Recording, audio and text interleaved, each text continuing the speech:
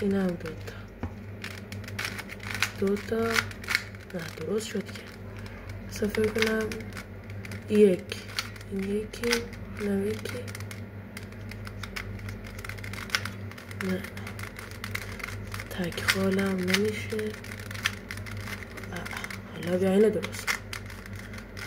خب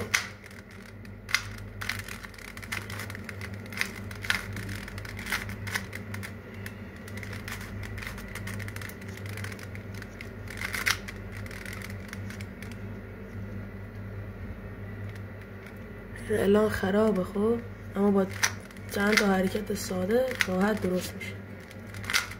ببینید چقدر قشنگ.